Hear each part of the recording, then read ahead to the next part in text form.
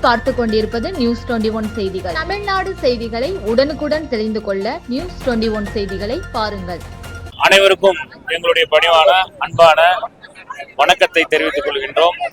நம்ம அனைவரின் சார்பாக இளந்தலைவர் துணை முதலமைச்சர் அவர்களுக்கு சேலம் மத்திய மாவட்ட கழகத்தின் சார்பாக 34வது கோட்ட கழகத்தின் சார்பாக இங்கிருந்து அவருக்கு இன்று நாங்கள் வாழ்த்து தெரிவிக்கின்ற நோக்கத்தோடு இந்த நிகழ்ச்சியை நடத்தி கொண்டிருக்கின்றோம். இந்த நிகழ்ச்சியை நான் மாநில பொதுக்குழு உறுப்பினராக இருக்கின்ற எம் நாசர்கான் என்கின்ற அம்மான் ஆகிய நான், இந்த பகுதி கழக செயலாளர் இப்ராஹிம், வட்டக்கழக செயலாளர் ரசாத் மற்றும் 29வது வார்டு செயலாளர் சிவகுமார், இன்னும் 32வது கோட்ட கழகத்தினுடைய செயலாளர் கபீர் மற்றும் இளைஞரணி நிர்வாகிகள், மகளிர் அணி எல்லோரும் சேர்ந்து இந்த நிகழ்ச்சியை சிறப்பாக நடத்தி கொண்டிருக்கின்றோம்.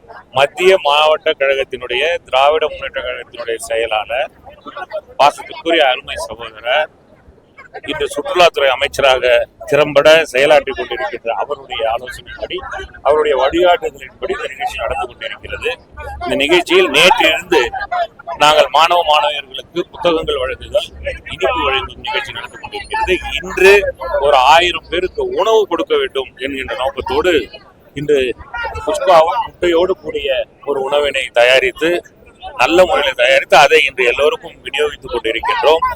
இது போன்ற நிகழ்ச்சி இன்னும் ஒரு வார காலத்திற்கு தொடரும். இந்த நிகழ்ச்சியின் மூலம் இதை கொடுத்தும் அந்தந்த பகுதியிலே அந்தந்த ஊர்களிலே இருக்கின்ற நீங்கள் உங்களுடைய வாக்குரிமைகளை நிலைநாட்டிக் கொண்டிருக்கிறீர்களா என்பதையும் நினைவூட்டுகின்றோம். நீங்களும் உங்களுடைய வாக்குரிமை நிலைநாட்டிக் கொள்ளுங்கள். PLO வருகிறார், உங்களை தேடி PLO 2 இருக்கிறார்கள், பயன்படுத்திக் கொள்ளுங்கள். எனவே வாக்குகளை இழந்து விடக்கூடாது என்பதையும் சொல்லி, இன்று உதயநிதி ஸ்டாலின் நம்முடைய துணை முதலமைச்சர் இளந்தலைவர் அவர்களுடைய பிறந்த நாள் நிகழ்ச்சியிலே உங்களை எல்லாம் சந்தித்து இந்த பேட்டி கொடுப்பதிலே எங்களுக்கு மகிழ்ச்சி. அவர் நீண்ட காலம், 100 ஆண்டு காலம் அவர் மகிழ்ச்சியோடும் சிறப்போடும் இந்த பதவியோடும் மக்களை பாதுகாக்கின்ற நோக்கத்தோடு வாழ வேண்டும் என்று இந்த நிகழ்ச்சியின் மூலம் அவருக்கு எங்களுடைய வாழ்த்துக்களை தெரிவித்துக் கொள்வதிலே மகிழ்ச்சி அடைகின்றோம். நன்றி, வணக்கம். சொல்றேன்.